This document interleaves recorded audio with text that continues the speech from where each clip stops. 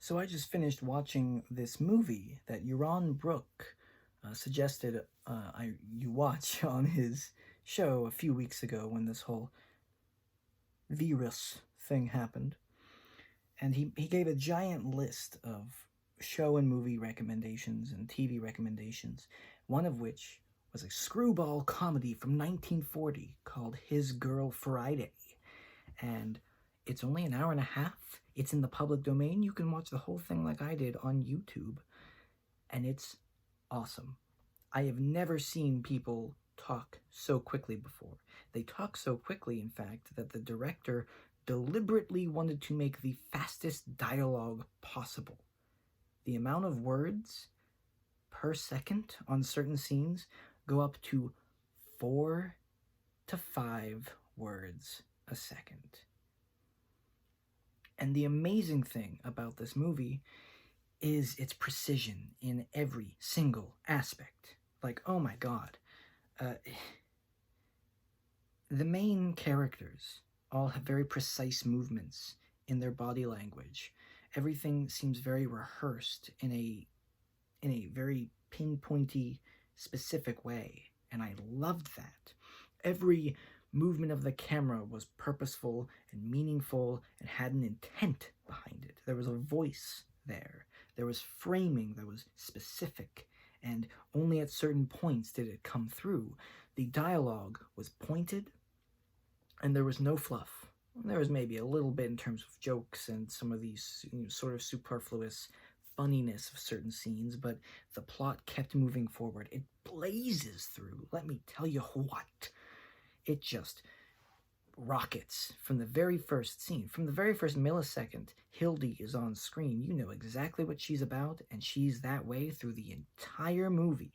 I guarantee if this were made today and none of the script was different, it would be 2 hours and 15 minutes.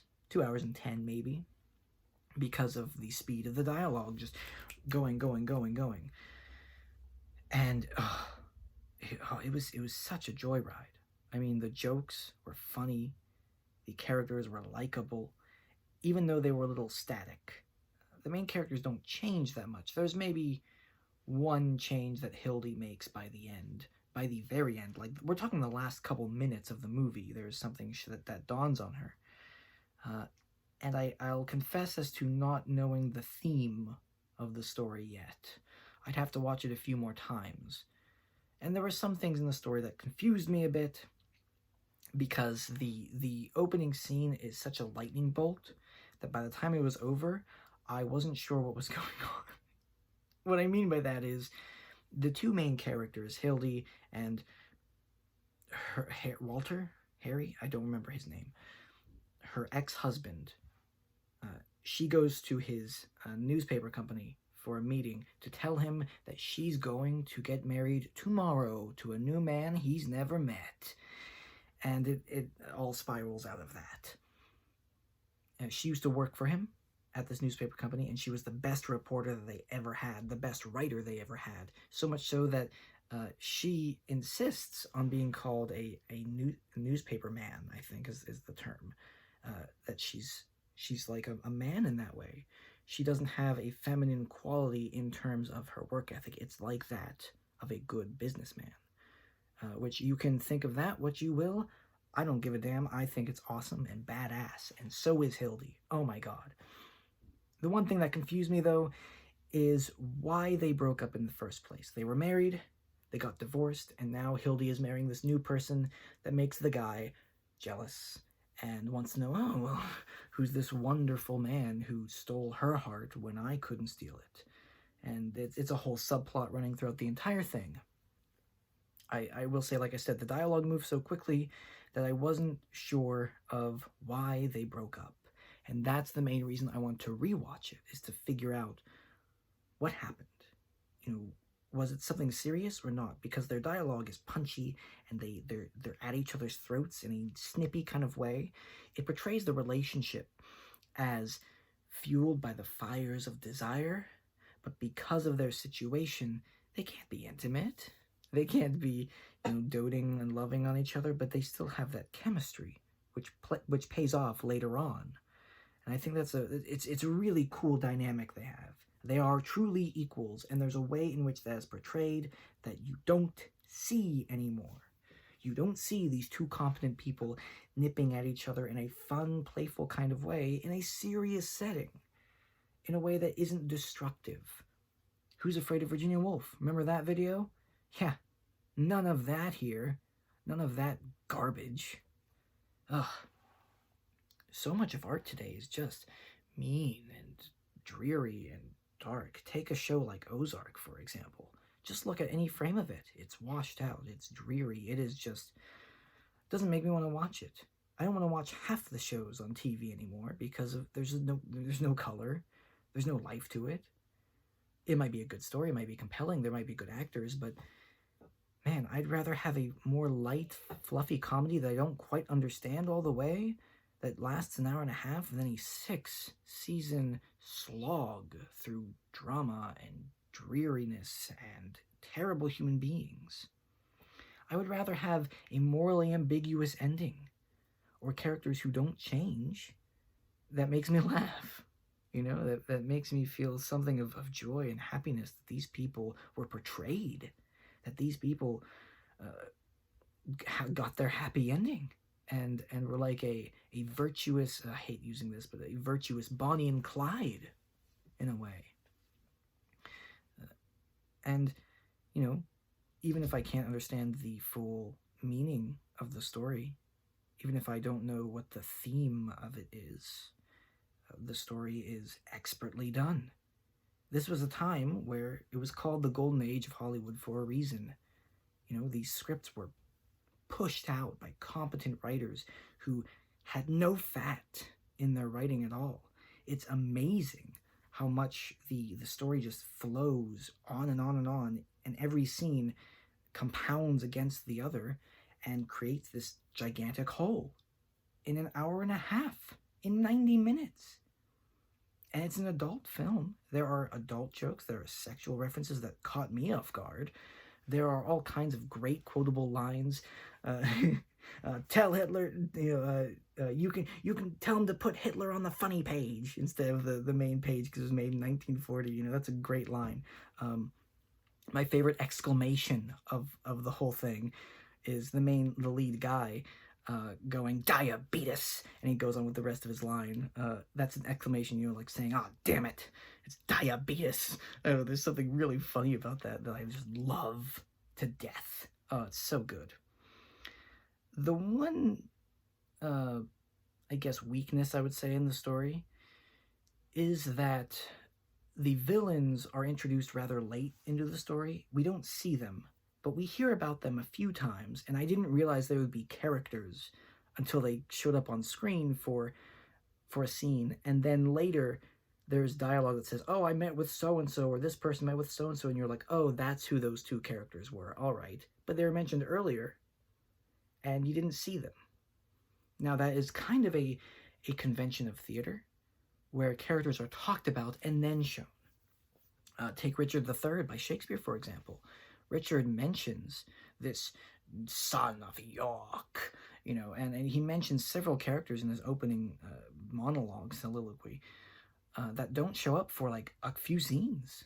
Other characters are referenced and then they show up. It's a way of doing character work without having to have the character in the scene, and it's very deft and very quick. But it left me a little confused at a couple points as to who's who, what's their job, what's going on. I didn't fully understand the specifics of this situation and some of the silliness that went on, because there were just things that I don't know anything about. What the hell is a reprieve?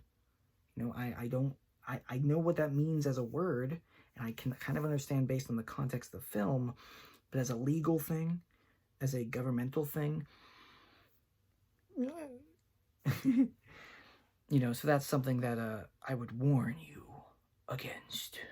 It's not really a negative of the film, though, with the villains being introduced late, though, because they serve their purpose. They're silly.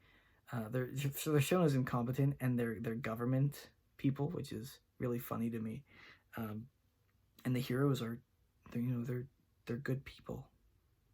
I read something on Wikipedia on the article that the heroes are morally ambiguous, and the endings of this director likes to make them morally ambiguous, and that's interesting. That's a kind of a fascinating thing, that it doesn't really matter to me whether I agree with what happens in the story or not, or why, or some of the things that are said in the film. It doesn't really matter because it's such a brilliant, bright, fast, funny thing. You'll see all the time nowadays of people canceling certain artists because of their ethnicity, or because they were old or have outdated ideas in some ways. What their standard for outdated is depends and is largely arbitrary, but there are a few things that I think could hold up. Things like certain racial stereotypes or whatever, depending on the context. But any issues that might crop up with this movie don't matter at all, because it's fun, it was fast, and it got more out of me, or I got more out of it, in an hour and a half than I would most other movies that are 2.5 hours today. And that's amazing. The production was excellent. The speed is alacritous. And man, the acting was good, except for the main character's ex-husband. He seemed to be doing something that I wasn't sure what he was doing. I was on board with him in the diner scene, but in the very first scene, I was like, what are you doing, man? What are you acting like? He was very like manly, but very robotic in a sense. And I was like, should I hate you? Should I feel you're mean? Should I feel you're almost putting on an act or a caricature of some kind? I wasn't sure what he was doing. Maybe it was an impression of some kind, or a parody, or an over-exaggeration of a type of person that he was playing that was funny to audiences back then. I'd have to do more research on that and the type that this guy, Cary Grant, I think his name was, who he played. I know that he was a very famous leading man, but I was like, is this his thing? Is that like a style of acting? I don't know. It was weird to me, but I was on board with it after that first scene. Once he started acting in a certain way that I found funny, that I thought was kind of endearing and interesting to me.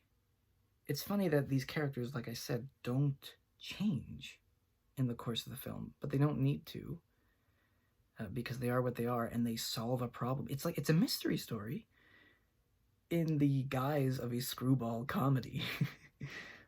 And I loved every second of it. And if you want to sit down and watch it, you should. Like I said, you can find the full movie on YouTube. The quality of it is pretty good, although I will say every minute or two there's a slight skip and the sound cuts out and then comes back in. It's not an issue except for one line of dialogue about an hour into the film where it just cuts out almost a complete line, or skips it, or does something weird, and I have no idea what the line was. That's the only time it happened. Other times it was negligible. But the amazing thing is how the whole film is just, there's no fat to it. Like I said, there's no fat. There's no crazy stupid subplots. It is just the thing, and it barrels on through. You don't see that nowadays. And I want to watch more of these kinds of movies to get a feel for what this era was and what this kind of speedy writing is. Wouldn't it be great if we had more writers like this? If we had more, instead of a horror movie every 2 months that's garbage, have a comedy like this, or even a light drama that's pumped out really quickly by competent people who have a good script, good dialogue, and even if it's not revolutionary, even if it doesn't change the face of cinema or whatever, that it is just a solid piece of work. And I would say this is more than solid because of the innovations in how quickly the people talk and how they keep their diction. Amazing. Yeah, I'd rather have this than anything today, and I'm going to be watching more of them. So stay tuned for that. I might even do an update video on this, if I figure out, oh, here's the theme, or here's the idea, here's the actual analysis, because this is a gush video. This is a true cuffs off analysis. It is just me saying, go watch it, pick up some popcorn, turn the volume up because it is kind of quiet, and just enjoy the damn ride because you won't anywhere else. You won't get it from any other source than this. It's inspiring to see something of this magnitude produced, to see something seemingly light and, not necessarily meaningful, but the projection of these heroes and these silly characters so quickly and efficiently in a story that is uplifting. And that's all it has to be. Art doesn't need to be philosophically, aware of itself. You can enjoy something without the speechifying, without the crazy explicit themes, because it tells you something about life. You don't always have to speechify. You can sometimes just enjoy something and laugh. And that's what this movie gave me. And I want to do it again and again and again. And I think I will. And I hope you'll join me.